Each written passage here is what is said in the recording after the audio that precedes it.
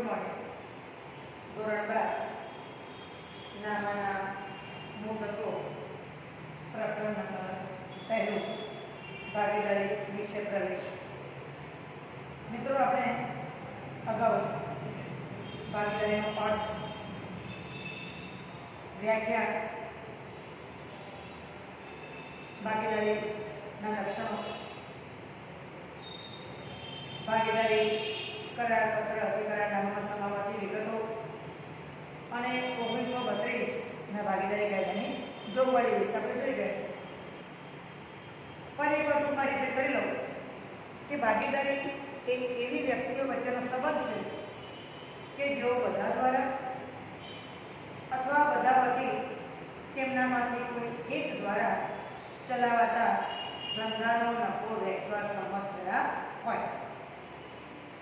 ફરીવાર, ભાગીદારી એ એવી વ્યક્તિઓ વચ્ચેનો સંબંધ છે કે જેઓ બધા દ્વારા અથવા બધા વતી કોઈ એક દ્વારા ચલાવાતા ધંધાનો નફો વહેંચવા સંમત થયા હોય તેને આપણે ભાગીદારી કહીએ છીએ. ભાગીદારી પેઢીમાં જોડાનાર દરેક વ્યક્તિ એ વ્યક્તિગત રીતે ભાગીદાર છે અને સામૂહિક રીતે તેને ભાગીદારી પેઢી તરીકે ઓળખવામાં આવે છે.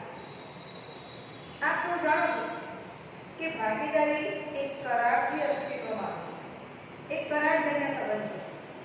આ કરાર લેખિત પણ હોઈ શકે અથવા તો મૌખિક પણ હોઈ શકે, પણ લેખિત કરાર વધુ હિતાવહ છે. કારણ કે ભવિષ્યમાં ભાગીદારો વચ્ચે કોઈ મતભેદ ઊભા થાય, કોઈ વિસંગતતા ઊભી થાય, તો એ વખતે લેખિત કરારમાં જે જોગવાઈઓ હશે તેના આધારે તેનો ઉકેલ લાવી શકાશે. એટલે કરાર લેખિત હોઈ શકે અથવા મૌખિક પણ હોઈ શકે, પણ લેખિત કરાર વધુ હિતાવહ હોય છે. ત્યારબાદ આપણે ભાગીદારીના લક્ષણો જોયા. ત્યારબાદ ભાગીદારી કરારપત્ર એટલે કે કરારનામું લેખિત હોય તો તેમાં કઈ વિગતોનો સમાવેશ કરવામાં આવે છે તેમાં સમાવતી વિગતો વિશે આપણે જોયું. ભાગીદારોને લગતી વિગતો, ભાગીદારી પેઢીને લગતી વિગતો, ભાગીદારીનો પ્રકાર, તેની નોંધણીની તારીખ, મૂડી પર વ્યાજ, ઉપાડ પર વ્યાજ, નફા નુકસાનની વહેંચણીનું પ્રમાણ, ભાગીદારને પગાર, બોનસ, કમિશન કે મહેનતાણા અંગેની જોગવાઈ, ત્યારબાદ લોન પર વ્યાજ અંગેની જોગવાઈ, પાઘડી અંગેની જોગવાઈ, નવા ભાગીદારના પ્રવેશ કે નિવૃત્તિ અને ભાગીદારી પેઢીનું વિસ્તરણ. આ બધા જ મુદ્દા આપણે ભાગીદારી કરારનામામાં જોઈ ગયા. ત્યારબાદ આપણે જોયું 1932ના ભાગીદારી કાયદાની જોગવાઈ. વિદ્યાર્થી મિત્રો, આપ સૌ જાણો છો કે આપણા દેશમાં ભાગીદારી કાયદો એ ઈસવીસન 1932માં અમલમાં આવ્યો. જ્યારે ભાગીદારો વચ્ચે કરારનામું ન હોય ત્યારે શું લાગુ પડે? તો 1932ના કાયદાની જોગવાઈઓ લાગુ પડે. આ જોગવાઈઓ પણ આપણે જોઈ ગયા કે ભાગીદારો પેઢીમાંથી મૂડી લાવે છે કે દરેક ભાગીદારે મૂડી કેટલી લાવવાની છે અથવા લાવી ફરજિયાત છે એવી કોઈ કરારનામામાં જોગવાઈ નથી. ભાગીદારો પોતાની સર્વસંમતિથી નક્કી કરતા હોય છે કે દરેક ભાગીદાર કેટલી મૂડી લાવશે અને દરેક મૂડી લાવશે કે નહીં એ પણ ભાગીદારો પોતાની સમજૂતીથી નક્કી કરતા હોય છે. ત્યારબાદ આપણે જોયું કે ભાગીદારી પેઢીમાં જે ભાગીદારો છે તેઓ પેઢીમાં જે મૂડી રોકે છે એ મૂડી પર વ્યાજ આપી શકાય નહીં. એ ભાગીદારી કાયદામાં કીધું છે. પણ ભાગીદારો કરારનામું કરેલું હોય અને એ મુજબ તેમને સંમતિ સાધી હોય કે મૂડી પર 9%, 10%, 12% વ્યાજ આપવું, તો પેઢીએ મૂડી પર વ્યાજ ચૂકવવું પડે છે. પણ 1932ના કાયદાની જોગવાઈ શું કહે છે કે ભાગીદારોને મૂડી પર વ્યાજ આપવું જોઈએ નહીં. એ રીતે જો મૂડી પર વ્યાજ નથી આપતા તો ભાગીદારો પેઢી પર જે ઉપાડ કરે છે તો ઉપાડ પર વ્યાજ પણ લઈ શકાય, તે વસૂલ કરી શકાય. વિદ્યાર્થી મિત્રો, ફરી એકવાર પહેલા મુદ્દા આપણે શું કહ્યું કે દરેક ભાગીદાર જે પેઢીમાં મૂડી લાવે છે એ મૂડી કેટલી લાવી એ માટે કોઈ કાયદામાં જોગવાઈ નથી. ભાગીદારો પોતાની સર્વસંમતિથી કયો ભાગીદાર કેટલી મૂડી લાવશે તે નક્કી કરે છે અને દરેક ભાગીદાર મૂડી લાવવી ફરજિયાત પણ નથી. ત્યારબાદ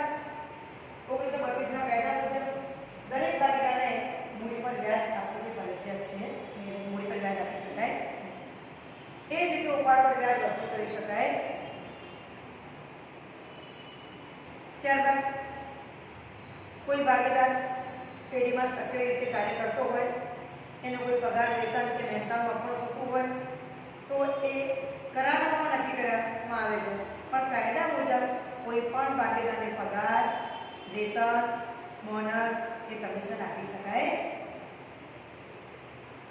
ત્યારબાદ ભાગીદારો વચ્ચે નફા નુકસાનની વહેંચણી સરખી છે.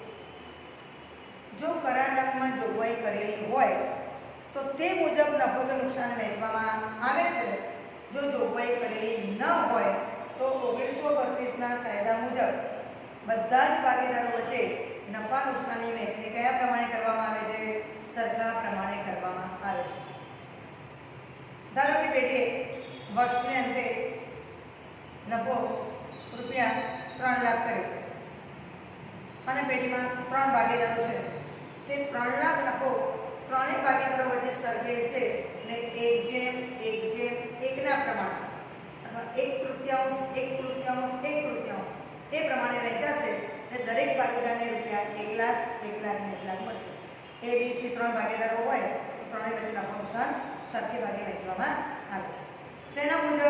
1932ના ભાગીદારી કાયદા મુજબ. પણ ભાગીદાર કરારનામું તૈયાર કરેલું હોય અને એમાં જણાવેલું હોય કે નફો 5:3:2 પ્રમાણમાં વહેંચાશે, તો પછી નફો કે નુકસાન જે પણ કંઈ વર્ષને અંતે થાય એ 5:3:2 પ્રમાણમાં વહેંચવામાં આવશે. પણ કરારનામું કરેલ ન હોય અથવા કરારનામામાં નફાના નુકસાનના વહેંચણી અંગે કોઈ જોગવાઈ કરેલ ન હોય તો પછી ભાગીદારી કાયદા મુજબ સરખે હિસ્સે નફો કે નુકસાન વહેંચવામાં આવે છે. 3 ભાગીદારો તો 3 વચ્ચે, 2 ભાગીદારો તો 2 વચ્ચે, 4 ભાગીદારો 4 વચ્ચે. જે પ્રમાણે ભાગીદારો હોય એ પ્રમાણે તેમની વચ્ચે 1:1:1 પ્રમાણમાં નફો નુકસાન વહેંચવામાં આવે. ત્યારે ભાગીદારી કરારનામું ન કરેલો હોય ત્યારે અથવા કરારનામામાં જોગવાઈ ન હોય ત્યારે. ત્યાર પછીની 1932ના કાયદાની જોગવાઈ હતી કે લોન પર વ્યાજ 6% આપવું જોઈએ. કોઈ પણ ભાગીદારે પેઢીને લોન દીધેલી હોય તો એ લોન પર પેઢીએ વાર્ષિક 6%ના દરે વ્યાજ આપવું જોઈએ. આ જોગવાઈ 1932ના કાયદાની જોગવાઈમાં કરી છે. પણ ભાગીદારો વચ્ચે કરારનામું હોય અને તેઓ નક્કી કરે કે ભવિષ્યમાં પેઢીમાં કોઈ પણ ભાગીદાર લોન આપશે તો લોન પર 8% પેઢી વ્યાજ ચૂકવશે કે 9% ચૂકવશે, તો 8% કે 9% લેખે પેઢીએ ભાગીદારે દીધેલી લોન પર વ્યાજ ચૂકવવું પડે.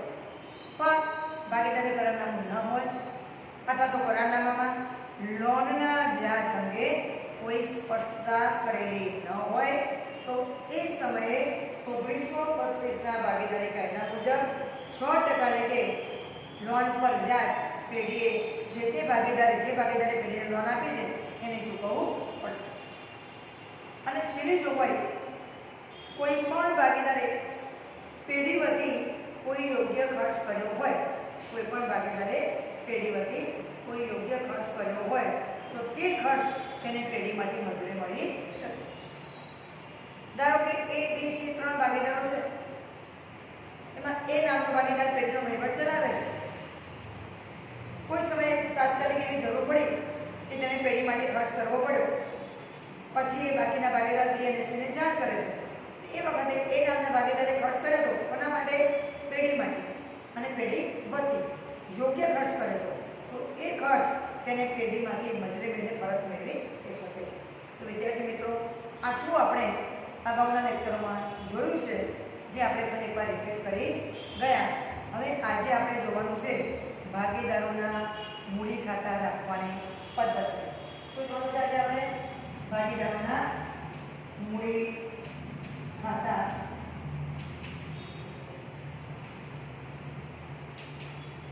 રાખવાની પદ્ધતિ. આપણે એવો જોઈ રહ્યા કે પેઢીનો ધંધો શરૂ કરવા માટે, કોઈ પણ ધંધો શરૂ કરવા માટે મૂડી જોઈએ. વ્યક્તિ કે માલિકીમાં માલિક મૂડી લાવે છે, ભાગીદારી પેઢીમાં ભાગીદારો મૂડી લાવે છે.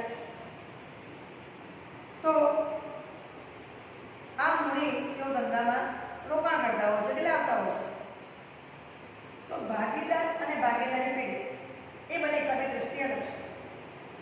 ભાગીદારોએ પેઢીને મૂડી આપી છે તો ભાગીદાર અને ભાગીદારી પેઢીના જે પણ કંઈ વ્યવહારો છે એ વ્યવહાર નોંધવા માટે ભાગીદારોના મૂડી ખાતા ચોપડે રાખવામાં આવે છે અથવા હિસાબી ચોપડે એ રાખવામાં આવે છે. તો મૂડી ખાતા રાખવાની પદ્ધતિઓ કેટલી છે? બે પદ્ધતિઓ છે. કઈ બે પદ્ધતિઓ છે? તો પહેલી પદ્ધતિ છે સ્થિર મૂડી ખાતાની પદ્ધતિ અને બીજી છે અસ્થિર મૂડી ખાતાની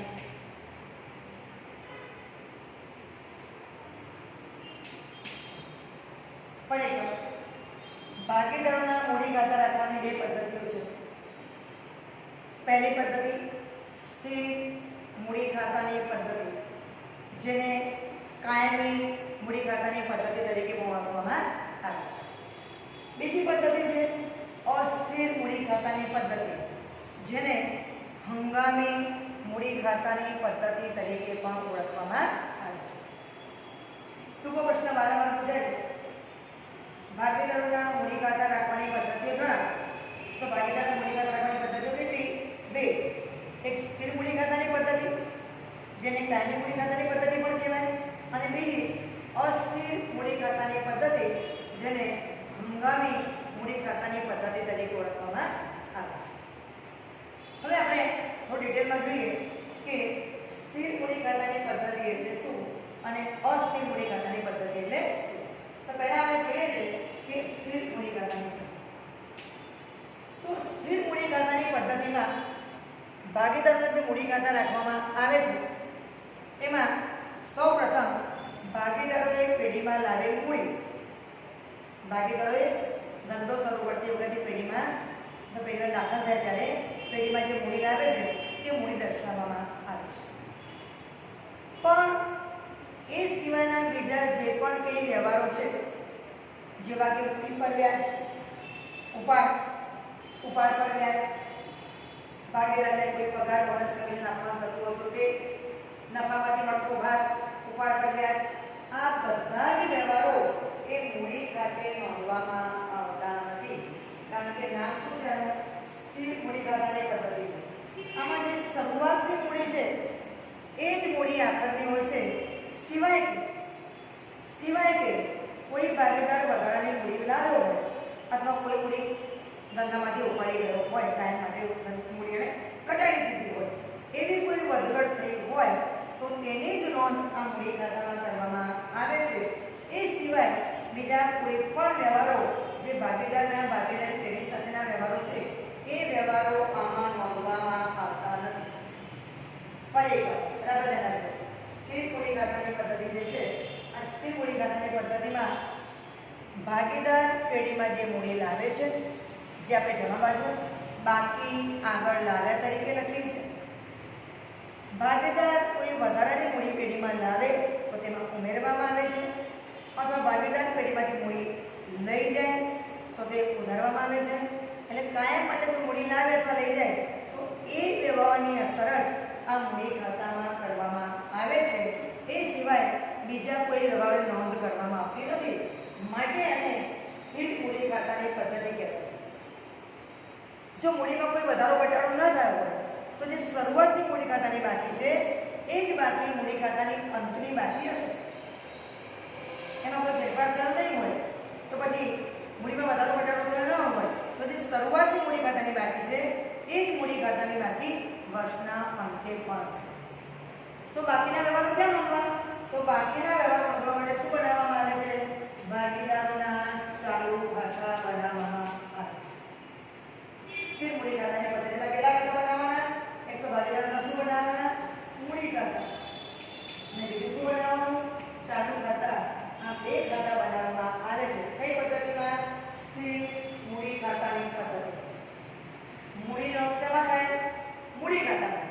પણ એ સિવાયના બીજા જે પણ તે વ્યવહારો છે ભાગીદારી પેઢી સાથેના, મૂડી પર વ્યાજ હોય, ભાગીદારી પેઢીમાંથી ઉપાડ કર્યો હોય, ઉપાડ પર વ્યાજ હોય, ભાગીદારને પેઢીમાં કામગીરી કરવા બદલ કરારનામાની જોગવાઈ મુજબ તેને પગાર, વેતન, બોનસ કે કમિશન કંઈ પણ આપવાનું થતું હોય, અથવા અથવા નફા કે નુકસાનમાંથી મળતો ભાગ હોય એવા કોઈ જ વ્યવહારો આ મૂડી ખાતામાં નોંધવામાં આવતા નથી. એ બધા વ્યવહારો શેમાં નોંધાશે? ભાગીદારોના ચાલુ ખાતામાં નોંધવામાં આવે છે. એટલે વિદ્યાર્થી મિત્રો, સ્થિર મૂડી ખાતાની પદ્ધતિ હોય તો ત્યારે કેટલા ખાતા બનાવવાના? બે. એક ભાગીદારોના મૂડી ખાતા અને બીજું ભાગીદારોના ચાલુ ખાતા. મૂડી ખાતામાં ફક્ત મૂડી જ, બાકી આગળ લાવ્યા જમા બાજુ જે શરૂઆતની ભાગીદારની મૂડી છે તે નોંધવામાં આવે છે. જો ભાગીદાર કોઈ વધારાની મૂડી લાવે તો તેના મૂડી ખાતે જમા કરવામાં આવે છે. જો ભાગીદાર મૂડી લઈ જાય તો મૂડી ખાતે ઉધારવામાં આવે છે. પણ મૂડીમાં કોઈ વધારો ઘટાડો થયો ન હોય તો મૂડી ખાતામાં કંઈ પણ નોંધ કરવામાં આવતી નથી. ફક્ત શરૂઆતની મૂડી બાકી આગળ લઈ ગયા અને આખરની મૂડી એની જ બાકી આગળ લાવ્યા, શરૂઆતની મૂડી બાકી આગળ લાવ્યા અને આખરની મૂડી બાકી આગળ લઈ ગયા તરીકે નોંધવામાં આવે છે. મૂડી સિવાયના બાકીના બધા જ વ્યવહારો, મૂડી પર વ્યાજ, ભાગીદારને મળતો પગાર, બોનસ, કમિશન અથવા તો એને મળતો જે નફો છે એ ચાલુ ખાતે જમા કરવામાં આવે છે. ઉપાડ અને ઉપાડનું વ્યાજ એ ચાલુ ખાતે ઉત્પન્ન કરવામાં આવે છે. આ હતી સ્થિર મૂડી ખાતાની પદ્ધતિ. બીજી મૂડી ખાતાની પદ્ધતિ છે એ છે અસ્થિર મૂડી ખાતાની પદ્ધતિ. આ મૂડી ખાતાની પદ્ધતિમાં ફક્ત શું બનાવવામાં આવે છે? મૂડી ખાતા બનાવવામાં આવે છે. એમાં ચાલુ ખાતા બનાવવામાં આવતા નથી. કારણ કે ભાગીદાર અને ભાગીદારી પેઢી સાથેના જેના વ્યવહારો છે એ બધા જ વ્યવહારો મૂડી ખાતામાં નોંધવામાં આવે છે. કે એનું નામ છે અસ્થિર મૂડી ખાતાની પદ્ધતિ. આમાં શરૂઆતની મૂડી અને આખરની મૂડી એ સરખી હોવી જરૂરી છે નહીં. એટલે ભાગીદારના જે પેઢી સાથેના વ્યવહારો છે, મૂડી પર વ્યાજ, પછી એને મળતો પગાર, બોનસ, કમિશન, નફામાંથી મળતો ભાગ, ઉપાડનું વ્યાજ અથવા તો નફાનું નુકસાન થયું હોય તો નુકસાનમાંથીનો ભાગ, આ બધા જ વ્યવહારો જે ભાગીદારી પેઢી સાથેના છે એ બધા શેમાં નોંધવામાં આવે છે? મૂડી ખાતામાં નોંધવામાં આવે છે. એટલે અસ્થિર મૂડી ખાતાની પદ્ધતિ, જેને હંગામી મૂડી ખાતાની પદ્ધતિ તરીકે ઓળખવામાં આવે છે, એમાં ફક્ત ભાગીદારોના મૂડી ખાતા તૈયાર કરવામાં આવે છે. એમાં ચાલુ ખાતા બનાવવામાં આવતા નથી. બધા જ વ્યવહારો મૂડી સહિત, મૂડી, ઉપાડ પર વ્યાજ, મૂડી પર વ્યાજ, ભાગીદારનો પગાર, બોનસ, કમિશન, મહેનતાણું અને નફા નુકસાની વહેંચણી એ બધું શેમાં નોંધવામાં આવે છે? મૂડી ખાતામાં નોંધવામાં આવે છે. તો આ રીતે ભાગીદારોના મૂડી ખાતા બનાવવાની જે પદ્ધતિઓ છે એ બે પદ્ધતિઓ વિશે આપણે જોયું. સ્થિર મૂડી ખાતાની પદ્ધતિ અને અસ્થિર મૂડી ખાતાની પદ્ધતિ. એ અગાઉ આપણે જે થિયરી જોઈ ગયા હતા એ પ્રમાણે બધી થિયરી પૂર્ણ થાય છે. હવે આપણે આપણા લેક્ચરમાં ભાગીદારી હિસાબોના ટૂંકા દાખલા વિશે જોઈશું.